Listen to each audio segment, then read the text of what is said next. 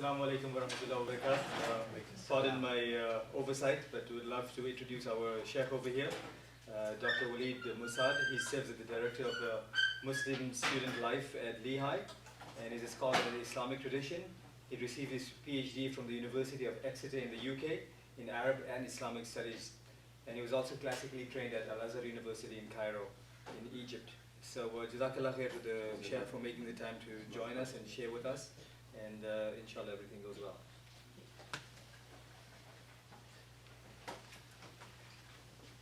بسم الله الرحمن الرحيم الحمد لله رب العالمين والصلاة والسلام على سيد المرسلين وصحبه أجمعين وبعد. So first I'd like to thank Sidi Mubin and the rest of the folks here at SRVIC service or San Ramon Valley Islamic Center for hosting us today for this program, for this seminar. Those of you who attended yesterday in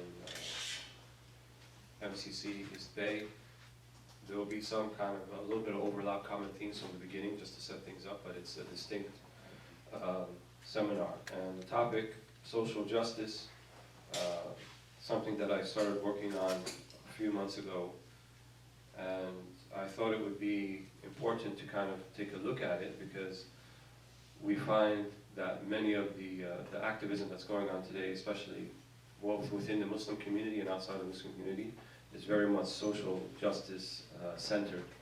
And the idea that there are social injustices, there are inequalities that need to be addressed. And certainly we would not disagree with that contention. But I find that oftentimes people kind of just adopt whatever is readily available in terms of methodology and the way they go about correcting things if they need to be corrected, especially on a social communal aspect.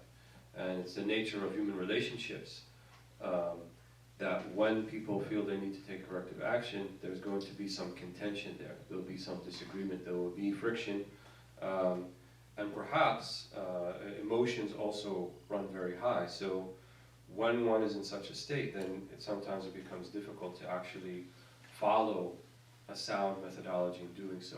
And oftentimes people were reduced to acting upon their emotions and kind of fulfilling the desire and wants of the ego. So I think that our deen is comprehensive. It addresses all aspects of life. It doesn't pretend that we are going to live in some type of utopian society where everybody gets along with everybody else and everything is perfect, and that type of society actually never existed, not even the Medina of the Prophet Muhammad ﷺ. So there are always going to be some level of injustice, some level of things that are contravening the command of Allah subhanahu wa ta'ala. But that doesn't mean that one, that we just sit back and let it happen, or two, that we go the opposite extreme and feel that we can achieve this type of utopia. So any type of particular injustice, infraction that we see, we feel the need to constantly correct it to live up to this type of utopia. So I think Islam is a balance.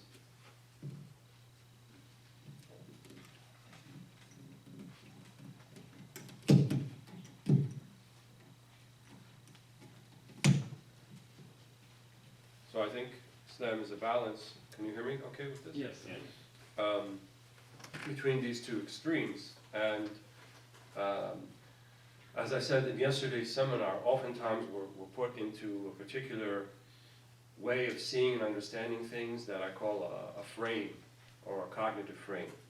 And when we work within that particular frame, we may not see the pitfalls of it.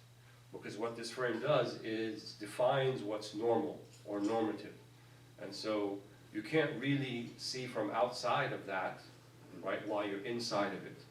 And I think this is the difficulty we have with sometimes navigating how we articulate and express the values and principles of our deen when we are confronted with other paradigms or the dominant paradigm that we're dealing with. So yesterday I spoke about how people will say, don't you believe in freedom?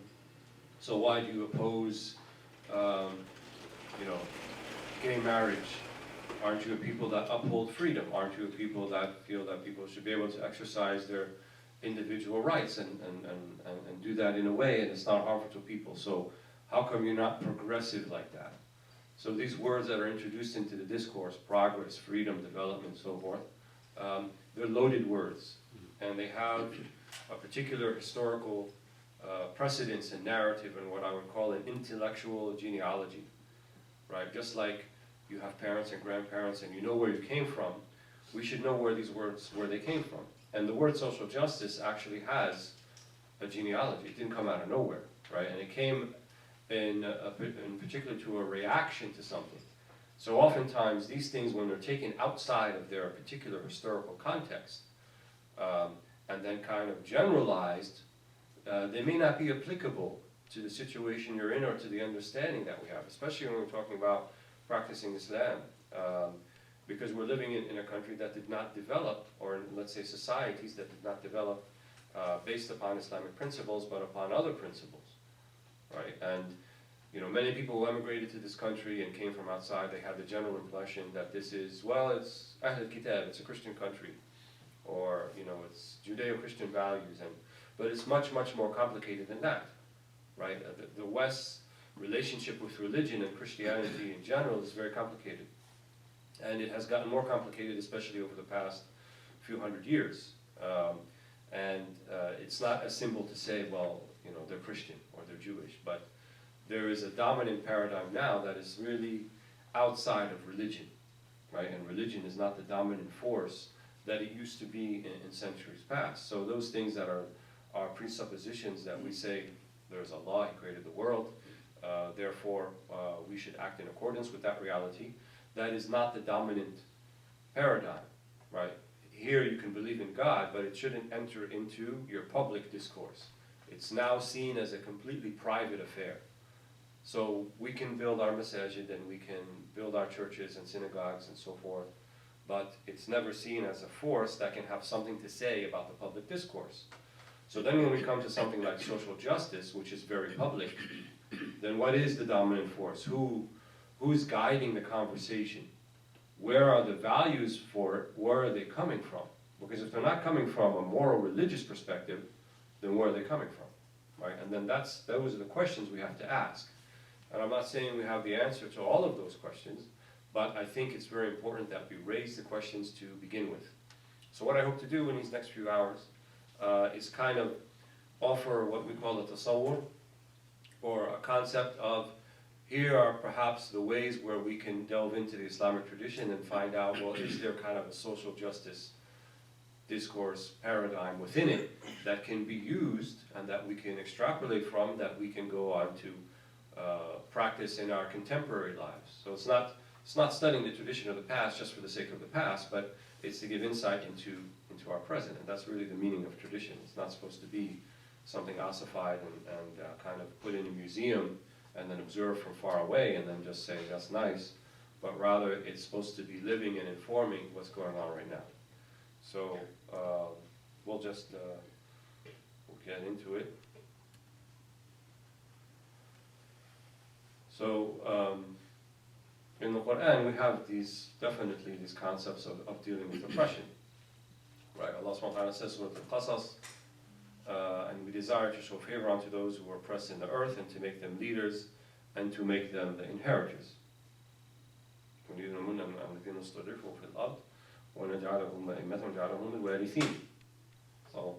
So the idea that they are oppressed and that oppression is not a blemish on the oppressed. In other words, it's not indicative of any sort of necessary weakness on the oppressed. And that's what the verse is saying. Because it's saying we're going to make these oppressed imma, wa warithin, right? And that's not oppression, that's elevation, that's ennoblement. And so the common notion that, well, somehow they're weak, they weren't able to defend themselves, they can't put up a fight, you know, the strong inherit the earth. No, actually the meek inherit the earth. The weak inherit the earth, right? Weak in the eyes of others, but not weak in the eyes of Allah subhanahu wa ta'ala. And the hadith of the Prophet Muhammad sallallahu alaihi wasallam, help your brother whether he is the oppressed or the oppressor or the oppressed. And here's another important concept that we can that we see about the tradition, namely that even the oppressor has rights, and even the oppressor is not beyond redemption, and even the oppressor is not dehumanized, because the Prophet ﷺ called both the oppressor and the oppressed akhaq, your brother. So he didn't negate the idea of brotherhood because of a particular action that they would do. And then the Sahaba, the rest of that hadith, they too were inquisitive. They said, well, we know about al-mazlum, right, how to help him being oppressed. كيف ننصر الظالم, right, because the word nasr means give victory, give aid. So how are we going to help the oppressor in his oppression? That's the question they were asking. And the Prophet ﷺ said, no. انصر أخاك الظالم المظلوم هذا المظلوم يا رسول الله فما الظالم. He said, أن تأخذ بيده على الظلم, right? أو تأخذ بيديه على الظلم, to stop him from oppressing. In other words, literally take him by the hand and stop him from oppressing. So that's how you're helping him. So it's not negating an ukhuwa, it's not negating the brotherhood, but it's saying that you might have to do something that for him it seems like you're not helping him, but you have to help him help himself. And we're going to get later on into the idea within Islam how we have this concept of dhulm al-nafs. In other words, someone can oppress themselves, and that true oppression really is the oppression of the self. Because when you oppress others, it's not just the others you're oppressing, you're also doing it to yourself. So oppression then has the meaning of wada shay fi ghayri mahallihi. This is in terms of the Arabic lexicon, dhulm is the opposite of adl. Adli means, or justice, to put things in their proper place. So it's not confined to justice in a court of law, but justice in that when you enter the masjid, you enter by the right foot and you exit by the left. هذا نوع من العدل. That is a form of adl, right, or of justice from an Islamic context, from an Islamic perspective. In other words, it's putting everything in its proper place. And when things are not in the proper place, فهذا نوع من الظلم. That is a type of wrong or oppression or so forth.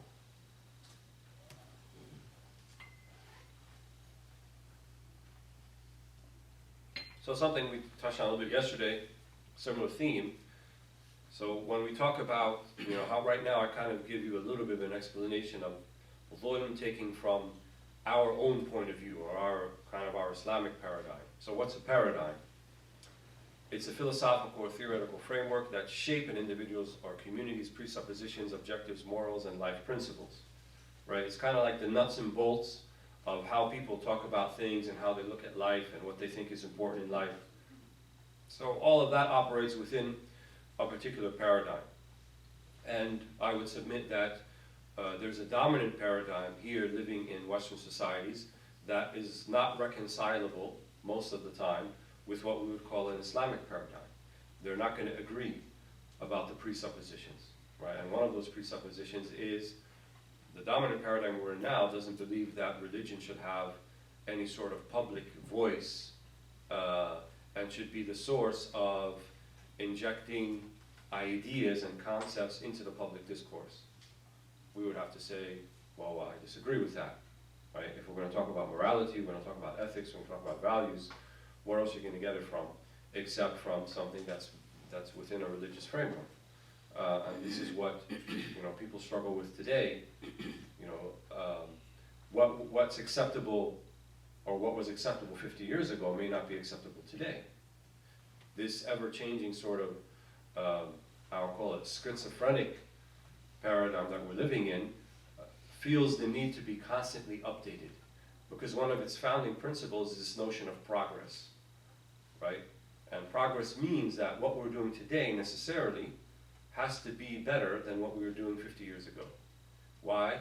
Because we see a technological progress, right? Your iPhone X or 10 or whatever it's going to be called, right, now has face recognition, and that's better than the iPhone 7, which only had the thumbprint thing. So there's progress, there's growth.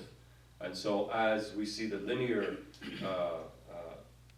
progression in technology, then there's an assumption that comes along with it. We should see a linear progression in values, ethics, people, and so forth.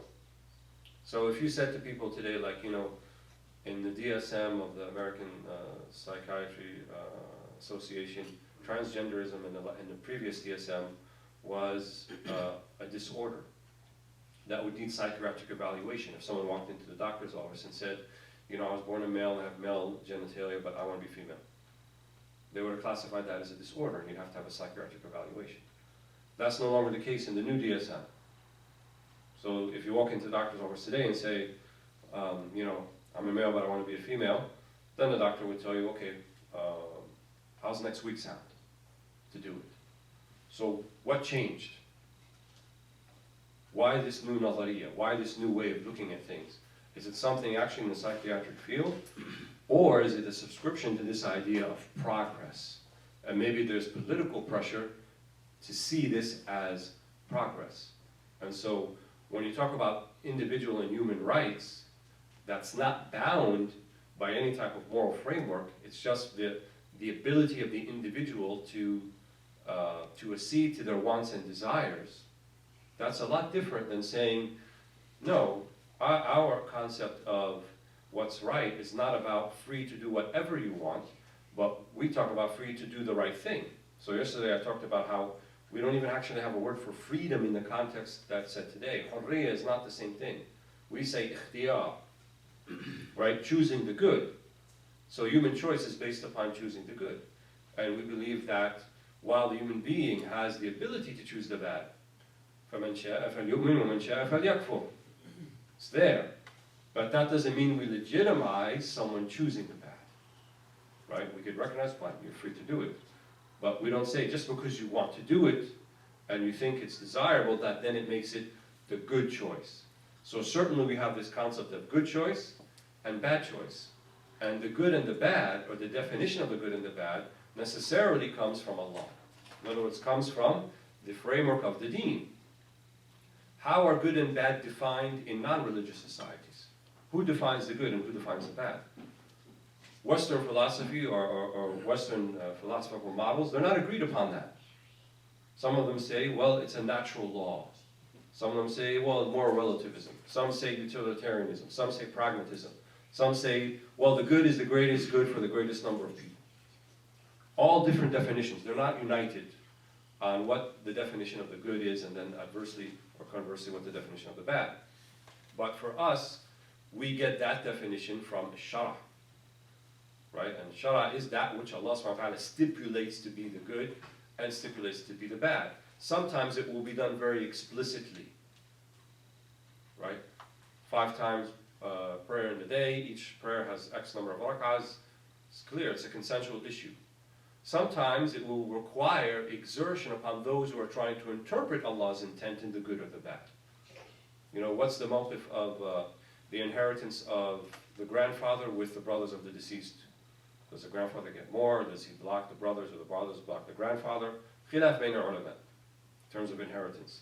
So in that particular situation, it's called an ijtihad issue. They have to exert and say, well, does the grandfather have more right, or the brothers, or should they share equally, or they both make up an asaba? Different opinions from the ulama. So this is a system. It's a complete system that's in place.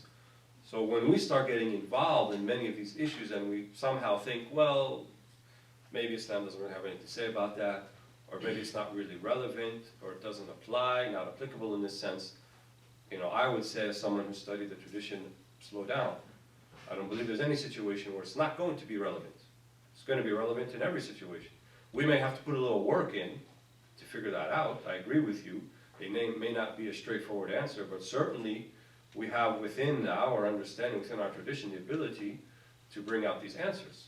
And maybe the number of people who can do it are not that many, but that does not remove I think the necessity that we have to try. So, is there a uniquely Islamic paradigm? Yes, I think so. And if so, does it differ from one that is not rooted in Islam? Certainly. There's going to be differences. And part of the problem that we're facing today is we have what we would call religious illiteracy. So functionally, we're kind of functionally illiterate, as what they say. In other words, we can practice the deen from of a devotional perspective.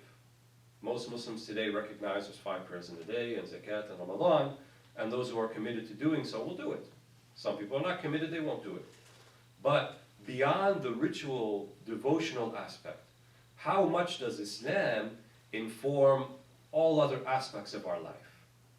How much does it inform the way that we carry on with one another? How much does it inform the way I raise my kids? How much does it inform the way I treat my neighbors? How much does it inform the way that we conduct our affairs in the masajid? That's the question, because actually it's supposed to give you, the tools and kind of the moral and spiritual training that you can do those things in the best way, right? In the best way that's possible for a human being to do them. That's what we mean by the deen, right? It's not just sort of some isolated religious practice that pertains only to people who come from India or Pakistan or Egypt or Libya or Lebanon. No, it's something that is comprehensive. So deen, first and foremost, it's suluk, right? It's a way of life. It's being able to have every aspect of your life, whether it's how you enter into a masjid, right? Which foot you put in first, or how you conduct the affairs of a state, how you conduct diplomatic relations on a nation-state level. Something of the deen is going to inform all of those things.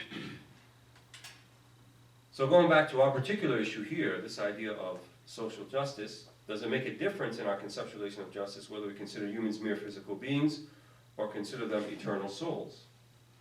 Why do I ask this question? Because if you see some contemporary applications of the idea of social justice, ask those people, what do you think a human being actually is? And you'll find oftentimes that human beings are referred to as bodies, right? They'll say brown bodies, black bodies, white bodies. So are we just the body? Are we just the physical entity? Are we just the ethnicity? Are we just a racial group? Or is there something more basic and inherent about a human being than just being a body? Aren't we all, essentially, speaking as a Muslim, souls that have been given the gift of life and have been given the gift of also eternal life, even after death? And to me, that makes a difference, right? Because it means that this dunya, this world we're living in, is not the be-all and end-all. It's not the end of the road. It's actually just a blip on the road. And if it's only a blip on the road, then let's think about where the road is actually going to end. And that means whatever we do in this life has repercussions for the next life. And I think that's going to inform how we go about in the application of justice, right? And one of the things I think is a clear distinction between, let's say, an Islamic understanding of justice and one that is not, is true justice or exacting justice that does not make a mistake is not possible in this life. It's always going to be approximate. It can never be exact. Why? Because it depends upon human judgment. And human judgment is prone to error. No matter how good you are, no matter how good the judge you are. Who is the best judge of them all in terms of human terms? Prophet ﷺ. Yet he told people who came to him, who came for him to educate between them, he would say, لَعَلَّكَ بَعْضُهُمْ أَلْحَنْ مِنْ بَعْضٍ فِي حُجَّتِهِ أو فِي عَرْضِ حُجَّتِهِ. Right? Perhaps some of you are more eloquent in the way that they present their case before me, so I may rule in their favor. However, this does not absolve them Yawm al-Qiyamah. Right? If I rule in their favor and they know that they got more than what they were supposed to get. In other words, the justice was more in their favor, so it wasn't really justice. Right? Because justice really is, the parable of the scales, it's exactly like that. Right? If you had, to weigh two sides of the scales, to get exactly right, to have this even and this even, takes some effort, right? So without it tipping one side or the other. But it's real easy to put a weight over here and it flips to this side, or to flip to that side. So justice, if the meter moves, the lever moves just 1 degree over to this side, it's no longer justice. The injustice is there. So it's not that difficult for the mazloom an yanqaliba zaliman. It's not that difficult for one who was oppressed for then to become the oppressor. How? Well, if you take more, or that which is not due to you, and even if it's visited upon the oppressor, then you are now an oppressor as well. So at the heart of it, everyone has some element of dhulm, right, within them, in other words, that they've wronged others, and some mazlumiyya, and they've been wronged by others. So if we were to take every single human being to task on those things, we would not have a livable society. So who takes people to task on those things? Allah only. Right? Allah's justice is exacting. Huwa al-hakamu al-adl. Right? He is the exacting judge and the exacting justice. Right? وَمَا كَانَ اللَّهُ بِظَلَّامٍ لِلْعَبِيدِ. Allah doesn't wrong anybody. Right? He doesn't wrong anyone one iota. لَا مِثْقَالَ ذَرَّةٍ. Right? Not even a single iota that Allah subhanahu wa ta'ala is going to wrong anyone. However, human beings, that's different. So this is why there's an exhortation in the Quran, وَأَن تَعْفُوا أَقْرَبُ لِلتَّقْوَى. Right? And to pardon people is closer to taqwa. Why? Because if you pardon people, you certainly will not be on the side of injustice. But if you don't pardon people, which is your right, you can take your right, but sometimes you're going to take more than your right. Right? What if the court gives you more than what you're due? What if your lawyer talks it up and he gets more than what you deserve, what you're due? Then what do you do with that? So that's why it's safer, spiritually safer, to remain on the side of not getting all that is due to you, and to have this pardoning, forgiving soul. How did Aisha describe the Prophet ﷺ? إِنَّهُ كَانَ لَا يَنْتَصِرْ لِنَفْسِهِ. Right? He wouldn't seek retribution on his own behalf. So I feel that the current climate that we're in now is so divisive, so polarizing, that people, and Muslims unfortunately too, don't have this sentiment at all. There's no aspect of forgiveness or the ability to pardon or let things go in our scheme of going to achieve justice. And that is very problematic. Why? Because even the justice crusader then will become unjust and may fall into injustice, even though that was never their intention. And then the last question here about paradigms: can a community have rights, or are rights limited to individuals? This is going to be important when we talk about individual choice, individual rights. You know, if it's two consenting adults, what business is it of yours? These are issues that are coming up now. So in the dominant Western paradigm we're in now, the highest form of realization of rights are individual rights. So that's sacred. As an individual, I should be free to do whatever I want, right? Not extending, looking at the harm principle. In other words, as long as I'm not harming another individual while I'm doing it, right? Well, is it possible to have harming of the community in general? Is it possible that the community has rights? Not just the individuals that make up that community, but the community as a whole. And we live in very individualistic societies. Most Eastern societies are very communal, and they think in terms of community. They don't think in terms of an individual, right? And the societies we live in here are in very staunch opposition to this idea of communal environment. They think it's oppressive. They think it's robbing people of their autonomy, robbing people of their individual choice, right? The idea of conforming to public morals or public ideals, it's anathema to the societies we live in, especially here in Northern California, right? Maybe Midwest US, small town USA is a little different, but certainly I would say in very metropolitan, cosmopolitan areas like New York City, like Berkeley, San Francisco, you know, it's all about doing whatever you want to do, and I should be free to do exactly what I want to do. But does that way of looking at things, does it not have repercussions for the community? And does it not have repercussions for not just the community that we live in now, presently, but the community that's yet to come in the future, our children, our grandchildren? So for me, or for us, Islam is kind of a comprehensive way of life. So it's not just about the moment in time, right? But it's looking at the repercussions beyond your own self.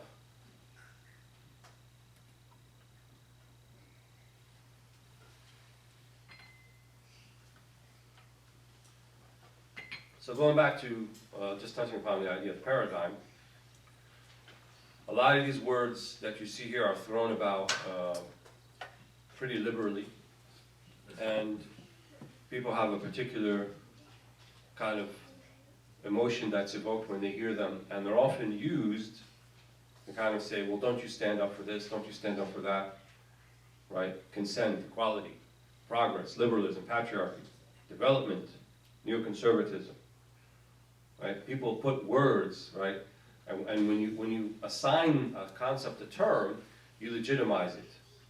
I was recently at a conference last week, and I feel that the person who was speaking actually just defined the term right then and there. I never heard it before. Maybe it's around. So she was saying something like, well, and you know, the problem with the PWIs. I don't know what's PWI. And she said, well, predominantly white institution. Right? So it assigned a name, right, to something. And when you assign a name to something, you honor that thing. Right? You make it something that now people have to take notice of and perhaps justify their position in opposition to when you give it a name. So when we say something like, this is a new one, the one on the right there, heteronormativity. Anyone know what that is? Regular people. No? What's heteronormativity? That's kind of new, maybe it's 2 years old, 3 years old, excellent. It means people who see that the normal relationship between men and women, or the normal sexual relationship is between men and women. So not practicing it, but your view of seeing it like that. It's two different things.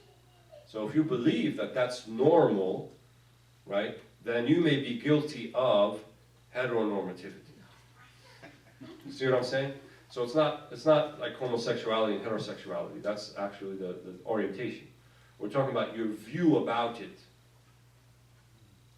So now when a university student comes up and says to the professor, or vice versa, said, well, I think, you know, you're really advocating a heteronormative position now, and we have to, you know, be careful about that. Because what they're telling you is that's problematic. Who are you to define what normal is? Who are you to say that this is the normal thing? And then once you do that, then you put it on the defensive. So if someone came to us and said, oh, you Muslims, do you believe in heteronormativity? How would we answer that? Because if we say yes, then we'll put it on the defensive. Because to them that's negative, right? It's like you fall into the trap. So I'm not saying I know how to answer that question, but I'd be like, well, how old is that term here anyway that you're using here, heteronormativity? Did you know that term a decade ago? Is that what you called it back then? Why don't you ask people, you know, from other viewpoints, even if they even subscribe to such a term to begin with, heteronormativity? Well, heck yeah, you know. So that's why we have to be kind of a little bit careful. It's a minefield, right? And people are defining these terms and putting them out there and trying to make people subscribe to them on the fly. It's happening, you know, I would say, if not like daily, weekly, monthly. People are writing papers and these things are coming out, and then they find their way into the popular discourse, into the common language. Some that already found their way, like sexuality. Sexuality is a new term. It's not something like, you know, you're going to find in the ancient dictionary. Shakespeare didn't use the word sexuality, because it means that you have an identity based upon what particular inclination you may have towards the same sex or the opposite sex. So the problem with that is now defining identity upon that. I'm a heterosexual.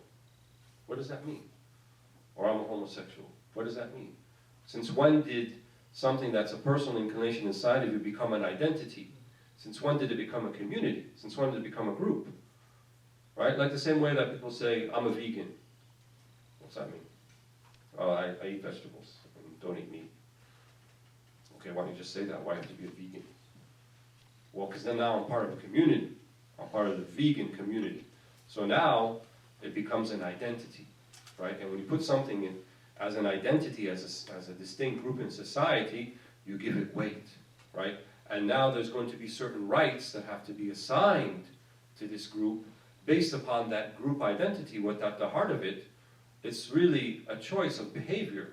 It's not what you are. What you are is a human being. What you are is not a vegan or a heterosexual or a homosexual, right? But since now we make them a group, then they become, oh, they need to be a protected group, or they're a minority group. So it's redefining even what identity is to begin with. And then everything eventually falls into this idea of identity politics, and then it's based upon identity. And perhaps the biggest kind of evidence of that is the last presidential election. The whole thing was based upon identity politics. Donald Trump, for you guys in California, most of you didn't vote for him, but he could do no wrong with his group, his people. Why? Because it was based upon identity, right? They identified certain cultural kind of anchors that he subscribed to, or at least he said to them outwardly, even though he's an East Coast billionaire who didn't really grow up with religion or conservative values, but somehow he was able to convince people that that's what he's representing. And so you had people who lived in disenfranchised, poor communities in Michigan and Ohio and Pennsylvania, which really took the election, voted for him, right? And they went out in droves and voted for him. And he could do no wrong. He could say anything he wants about women, he could say anything he wants about all a myriad of issues, but at the end of the day, they're seeing someone they can identify with, right? And it wasn't about the issues. Issues had no bearing. It was about, can we identify with this person? Is he part of our tribe, our group?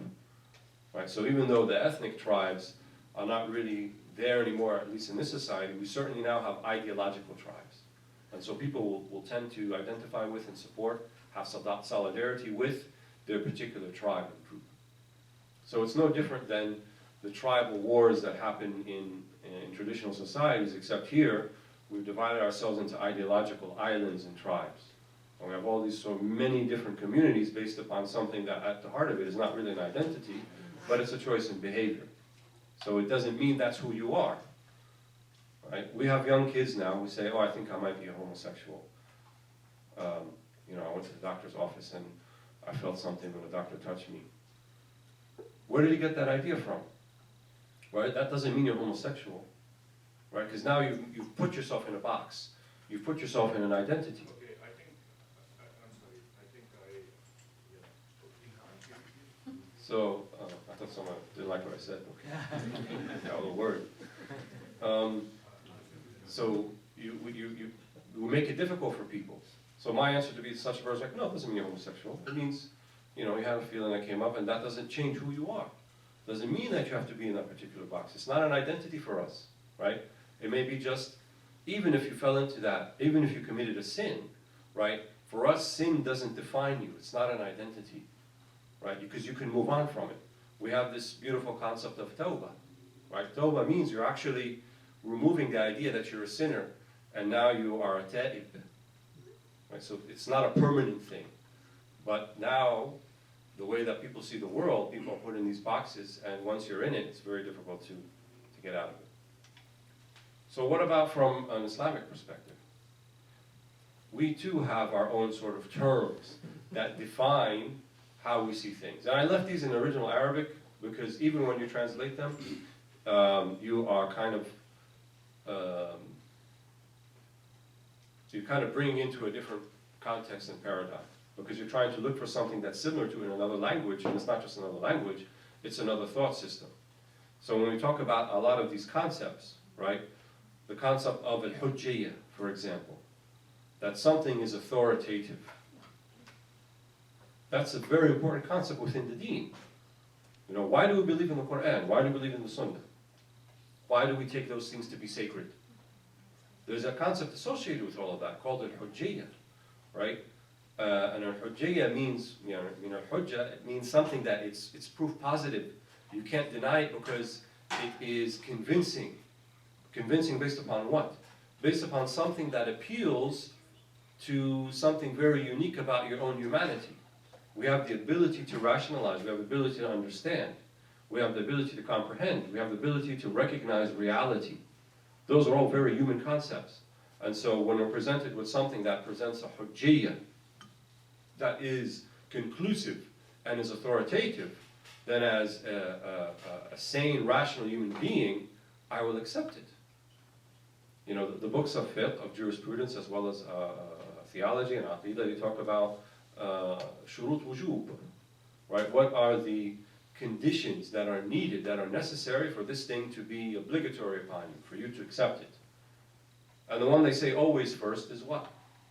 Al-aql, intellect, right? Intellect means that you have enough of it to recognize and discern that which is convincing, that which is true, from that which is not convincing and that which is false.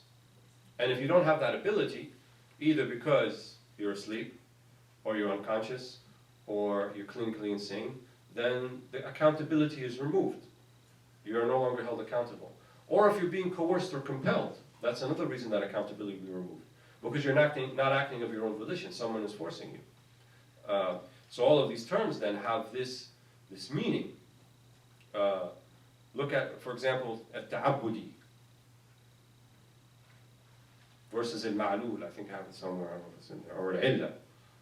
What's ta'abbudi mean? There's concepts behind that. What it basically says is the Sharia, all of it, everything that came from the Prophet ﷺ and from Allah, as we understand from the Prophet ﷺ, it's all wise. It's all for the good. And anything that we are asked not to do, it's all because it's harmful. Right? يُحِلُّ لَكُمُ الطَّيِّبَاتِ وَيُحَرِّمُ عَلَيْكُمْ الْخَبَائِثِ. He is the one who makes halal, the tayyib, that which is good, and to forbid that which is harmful. This is our Sharia. And so we believe that everything in the Sharia then is ultimately for our own good. Then the question becomes, well, can I understand all the time why it's good or not? And the answer to that will be not necessarily. When you don't understand why it's good, why is Maghrib 3 rak'ahs and not 4 or 2? Arbitrary? No. No way. Right? No way it's arbitrary. There's a reason behind it. There is a divine wisdom. There's a hikmah. So we recognize that part. But do we recognize what that actually is? Yani, Allah يختص برحمته من يشاء. Allah can give this knowledge to some people. But it's not something that would be kind of open knowledge. So then we call this هذا حكمه التعبد. هذا تعبدي. It means we do it because Allah asked us to do it this way. And that's enough of a reason. Versus its dichotomy, the other side of that, al-ma'lul, or that thing that has an illah. It's a clear reason why it's been prohibited. Intoxicating drink and substances has a illah. Why? It's intoxicating. And intoxication will remove your ability to discern good from wrong, right? And right from wrong is good from bad. And to carry out and fulfill the responsibilities that are upon you. So that's clear why we do it this way. But sometimes we don't know why. But all of it has hikmah. All of it has wisdom. Right? So the person who goes and looks at something in the Sharia and says, مش عارف, مش داخل مخي. I don't know, I don't understand why this is the way it is. Is that a reason for you not to follow it? Don't you believe in the ta'abbudi? Don't believe if there's hujjiyah, if it's authoritative and it came from Allah subhanahu wa ta'ala, even though you don't understand why, then isn't that enough for you? Doesn't Islam mean al-istislam? Doesn't Islam mean that you're acquiescing, you're submitting, that Allah knows more than you do? And so you don't have to really know how everything works? Allah may give you that, and we're exhorted to see the hikam and the fada'il and all the virtues of the things that we're going to do. But it's not a requirement for me to execute them, for me to be participant in them, and so forth. So, unfortunately, most of us, we don't have a grounding in this, what we call kind of the metaphysical underpinnings of the deen, how we understand things. And most of us learn Islam in the way of, pray 5 times a day, pay the zakat, do the fasting, and, if someone comes to us and has questions about things that are a little philosophical nature, if your son or daughter comes to you and says, well, why do we pray, and why do I have to wear the hijab, and if you tell them, well, that's just the way it is, then they walk away thinking, well, why is that the way it is?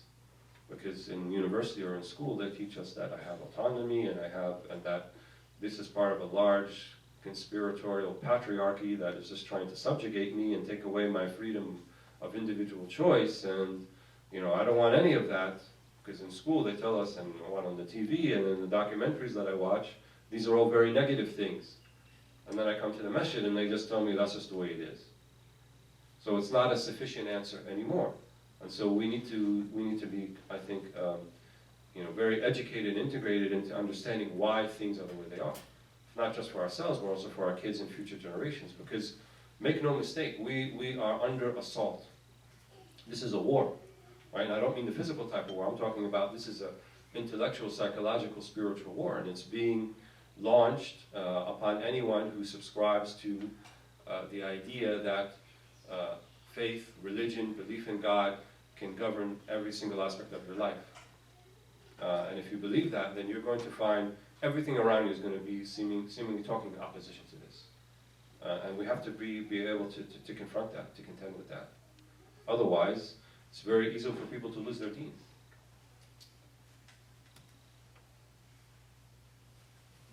So,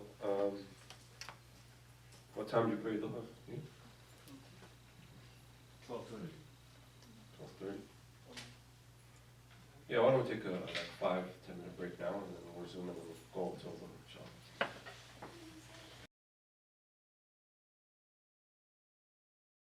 Like, Bismillah ar-Rahman ar-Rahim, alhamdulillahi rabbil alameen.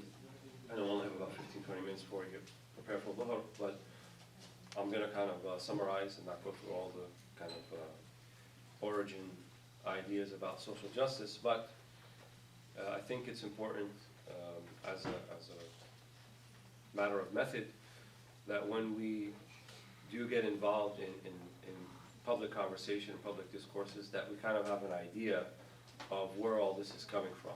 In other words, to be acquainted with the intellectual historical narrative, what's this word social justice, and how did it come about, and how did it develop, and so forth. And then that way we can interject ourselves and be kind of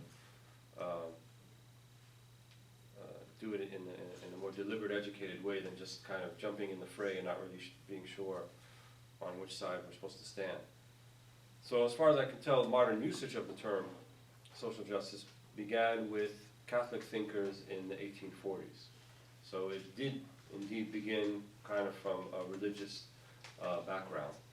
And that's not surprising, because probably prior to, I'd say, the mid-19th century, early 19th century, everything was couched in pretty much religious terms. The way that the discourse was done, both in the West and obviously the East, it was done in very religious terms. And what we're living today, we kind of inherited from the period that began with what was considered to be the European Enlightenment, and there was this natural sort of secularization of knowledge. And so there was this split, first of philosophy from theology, and then there was a split, kind of the idea of the independent public intellectual who didn't necessarily have a kind of more religious framework which they were working from. And that happened in Europe, and that actually happened even in some of the Muslim lands early in the 20th century as well. So when he talked about social justice, and this particular person, Luigi Tapparelli, it was based on the work of St. Thomas of Aquinas, who's generally considered to be the greatest Catholic theologian that there ever was. And he actually read, it's been suggested, and it seems very plausible, that he read al-Ghazali in translation, in Latin. We know that many of the Arabic works were translated into Latin, so there was kind of a heavy influence. If you read some of the arguments Aquinas makes in the Summa Theologica, which is kind of his magnum opus, talking about arguments for the existence of God and Catholic theology in general, you find a lot of that resonates with what Ghazali had to say in some ways. So what Tapparelli theorized was the equality of one man to another man was unequivocal in the abstract, but their respective disparities in the concrete dictate that they are naturally unequal in their individuality. Meaning that as creatures of God, we're all equal. But social constructs, right, and things in terms of people's individual aptitudes in different facets of life would mean that there's going to be a natural inequality, right? This person is taller than this person has more of an aptitude for mathematics, and this person has more an aptitude for comprehension, whatever. So as a result, we're not really equal in the sense that everybody is uniform in the same way. So the separation of uniformity, something that is unachievable, can't be done because we're not all uniform, we can't all be exactly the same. And then this idea of equality. So he's saying that in the concrete, people are naturally unequal in their individuality, and that social justice then would be there so that people would at least realize that concrete individuality in whatever position in life they're supposed to find. This is a little different than the modern, I think, definition of it, which may say that everybody has to have absolute equal access to everything.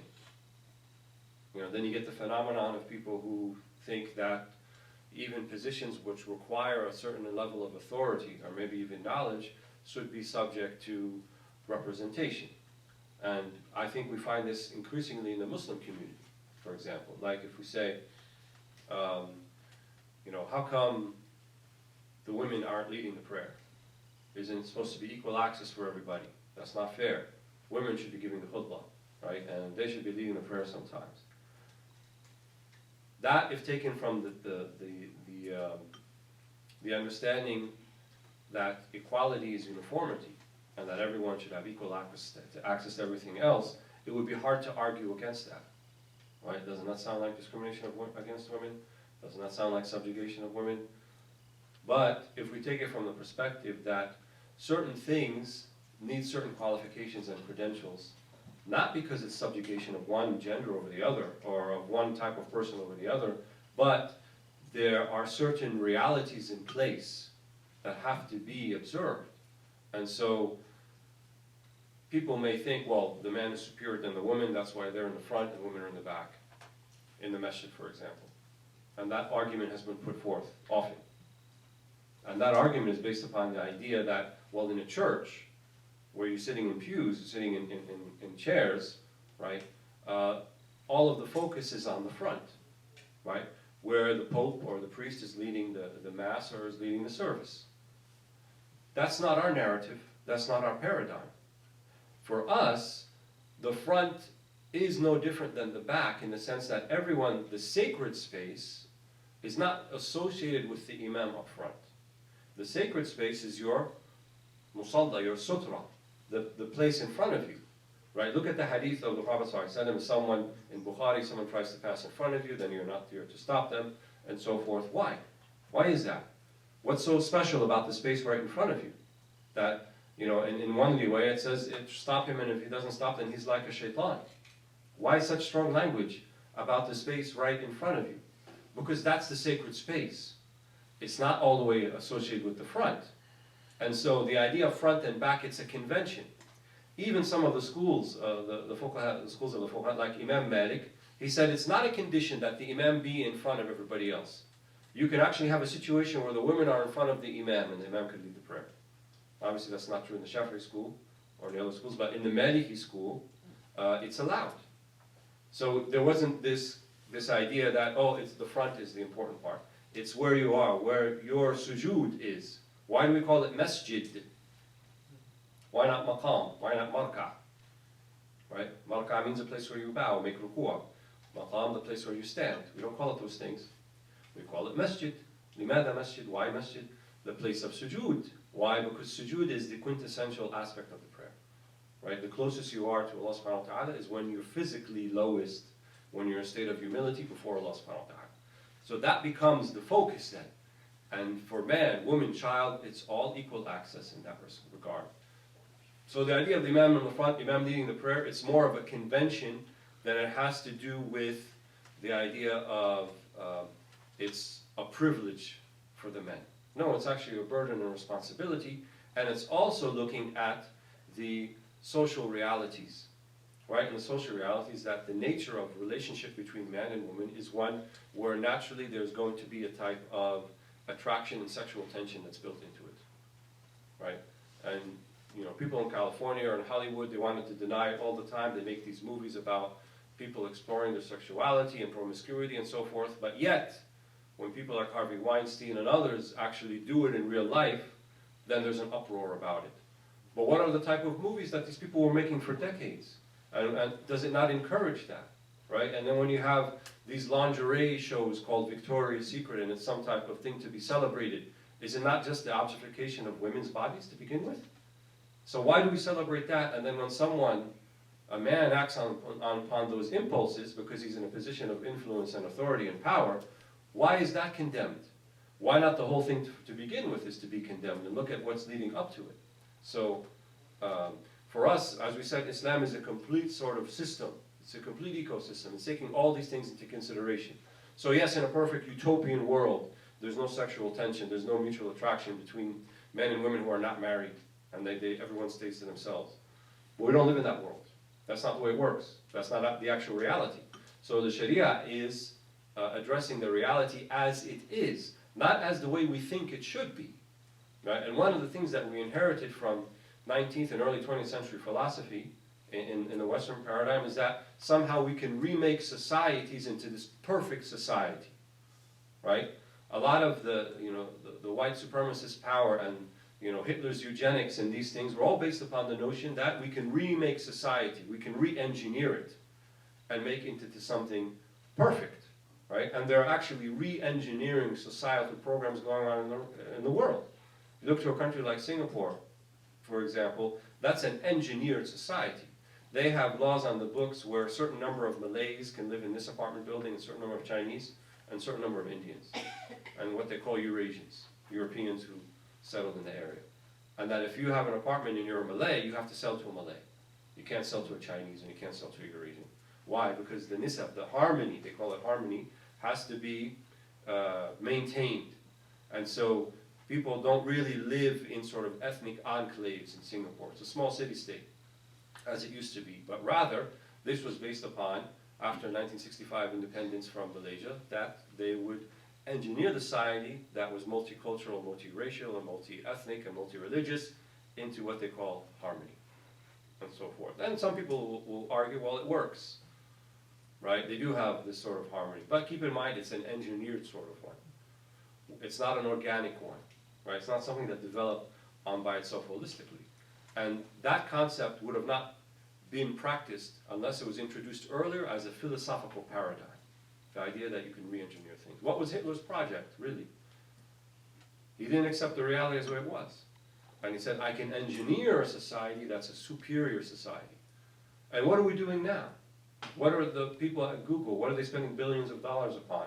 Trying to think about ways that somehow we can integrate man and machine, and that we can put a chip in your brain that will serve as an expanded memory, maybe even an expanded consciousness. Is that not a type of re-engineering? So there's philosophies behind this, right? The idea that mass destruction, that destroying hundreds of thousands of people indiscriminately somehow can achieve a noble ends. Where did that come from? There's a philosophy behind that. There's no way America could have bombed Hiroshima and Nagasaki in World War II unless that was preceded by that particular philosophy being introduced into European continental philosophy before that. This idea of re-engineering, this idea of via anarchy and mass destruction, والفوضى الخلاقة, or creative chaos, somehow is going to bring about a positive result. And unfortunately, Muslims have bought into some of that. Those animals who bombed the mosque in Sinai in Egypt just a few days ago, do you think that comes from Islam? Certainly not. Absolutely not. There's no way they could have gotten any of that from Islam, but they got it from a warped version of Islam that is based upon a poisonous ideology that posits this mass destruction can bring about a positive result, and that people who differ with you theologically or politically then are legitimate targets because they're not really as Muslim as you are anymore. That's not an Islamic theology. That is a poisonous ideology that was influenced largely in part by the same philosophies that influenced America in bombing Hiroshima and Nagasaki and destroying Hamburg, Germany, and so forth, and the Blitz on London in World War II. All of these things were acted out in the worst sort of destruction that happened during these two world wars in the 20th century. So, this is a lot of history and narrative we're contending with when people are talking about these concepts, and we shouldn't lose sight of that, right? There's a history behind it. This idea of separation between church and state, right? Secularism, where did that come from? We didn't have this secular narrative. We didn't have a body or a church or a higher clerical order that actually abused its power and was in power. Some people are under the impression that somehow Islam, we advocate the idea of what's called theocracy, In other words, there are people who then speak on behalf of God and say, this is what God says. We do not have confessional in Catholicism. We don't have that. You can't walk into the imam's office and say, I confess to this and this, and he can tell you you're forgiven. He doesn't have the authority to do that, right? All he can do is pray for you, he can supplicate for you, he can give you advice, but he can't say that God has forgiven you. When we say, rahimahullah, right? Some people who have what do you call it? A revisionist understanding of the language, they say, don't say rahimahullah, because it's like saying that Allah has had mercy upon him, and we don't know what Allah has mercy upon. You don't understand Lugha Arabiya, right? Because when we say fulan rahimahullah, هذا دعاء, or what they say في البلاغة, هذا وضع الخبر في موضع الإنشاء, right? So when you say fulan rahimahullah, it's like saying Ya Allah arhamhu. But we put it in the khabar, or we put it as a statement, because it's tafa'ul, right? It's optimism. We want to say al-maghfur lahu, right? You don't have to even say bi'idhnillah, because we understand min as-siyaq. We understand from the context, al-maghfur lahu, and I'm praying that Allah will forgive him. But some of these people have no basis, no background whatsoever. They'll come and introduce these doubts to people, and even though for centuries we've been saying it, and we've been doing it, and so forth. So, we have to be, once again, reoriented, regrounded within our own theology, with our own tradition, with our own understanding, and not just accept things. This is what's destroying Islam, and it's destroying Muslims.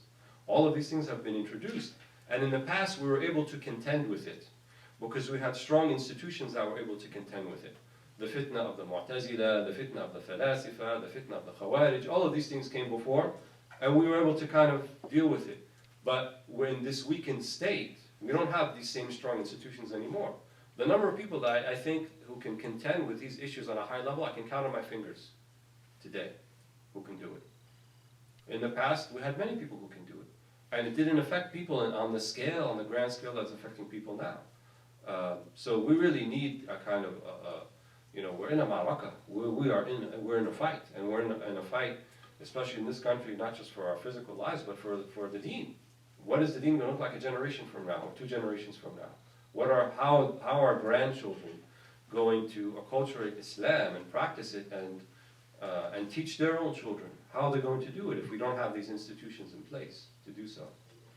So I don't mean to depress you, but just trying to just put the things into context. So.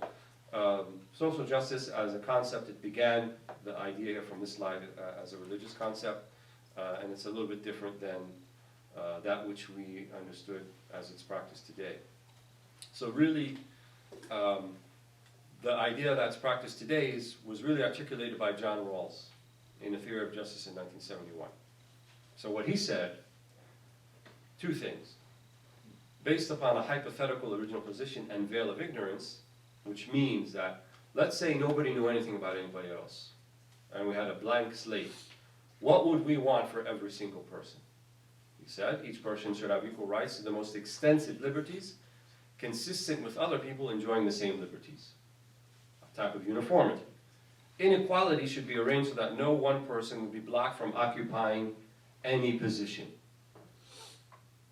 And that sounds kind of, well, that makes sense. People should have equality, and people should have equal access, and so forth. But the problem with this is it ignores the differences amongst people, and it ignores the aptitudes amongst people. So going back, for example, women leading the prayer in the masjid, it's not about the woman is inferior to the man, but it's about addressing particularities and social conventions that there's no way around them. And they're physical realities, they're emotional realities. You can't re-engineer that away. That's just the way it is.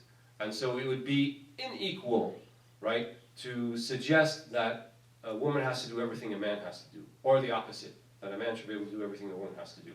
A woman should do the things a woman is supposed to do, and a man is supposed to do the things the man is supposed to do.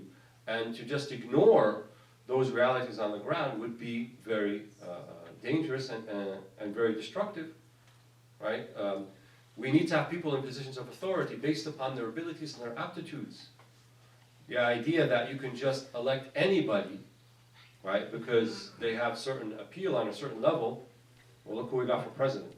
Tell me what qualifications and aptitudes he has. When did he ever serve in political office? What books has he written about political theory? When did he ever serve anyone except himself? But yet, he's President of the United States, the most powerful man in the world. To me, that's not a statement about him, that's a statement about us, right? That we, you know, this is the logical conclusion. I don't think John Rawls was thinking about that. If we told him, do you know that your ideas is going to lead to Donald Trump? He would have thought we're crazy, right? But we have to see where things are going to lead to. This is the logical conclusion. So, with the logical conclusion, we will have to conclude now for Salat al-Dhuhr, and we'll come back after Dhuhr and lunch, inshallah. Alhamdulillah.